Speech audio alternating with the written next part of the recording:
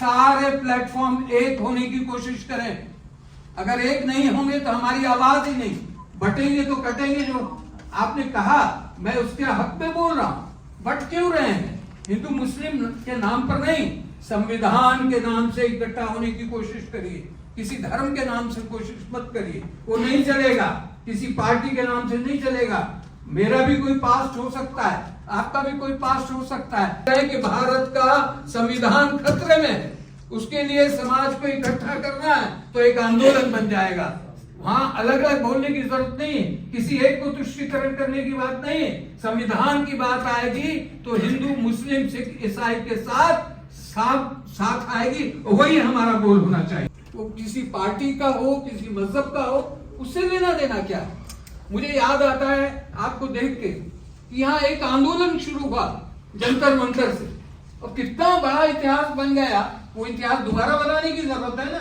कहाँ पूछ रहे हैं कि मुस्लिम हमारे साथ है कि नहीं, हिंदू है के साथ नहीं। आप नहीं जानते कितना हिंदू आपके साथ है। तो इंडिविजुअल बात नहीं होनी चाहिए, ये होना चाहिए कि अपना प्लेटफॉर्म बड़ा कैसे हो सकता है। हमने जाके अयोध्या में इंटरफेथ कॉन्फ्रेंस की है।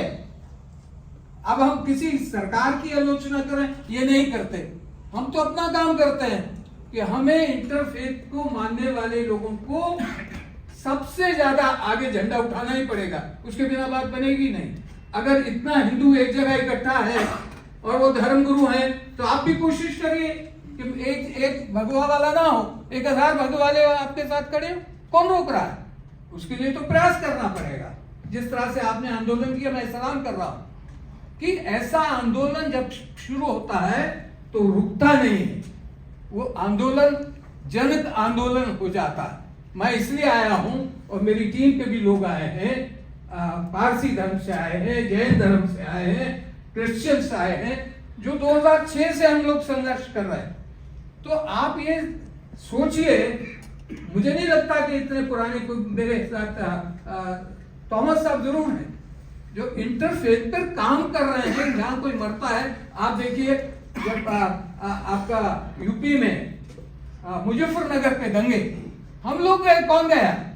अग्निवेश के नेतृत्व में गए, किसी ने जाने नहीं दिया, शहादतें दी, जा जाके लोगों को इकट्ठा किया। ये वही लोग तो हैं। आज दोबारा है कि नए नए प्लेटफॉर्म बनते हैं, सबसे पहली कोशिश करें सारे प्लेटफॉर्म एक होने की कोशिश करें।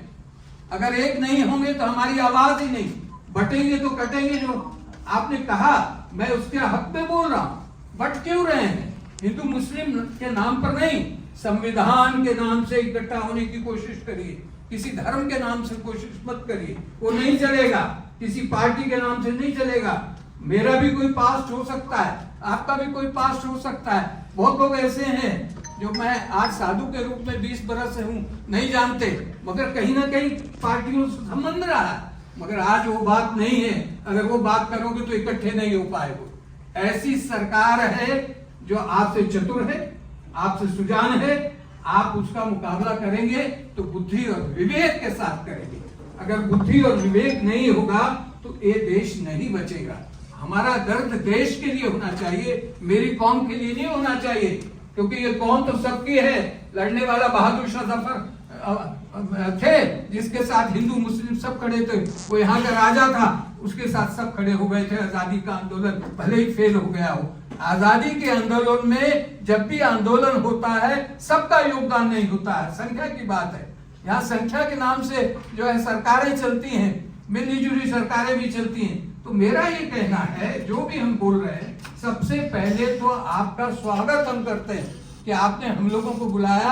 हम आपके साथ चलने के लिए आए, दूरियां बनाने के लिए नहीं आए, आपको सहयोग करने के लिए आए।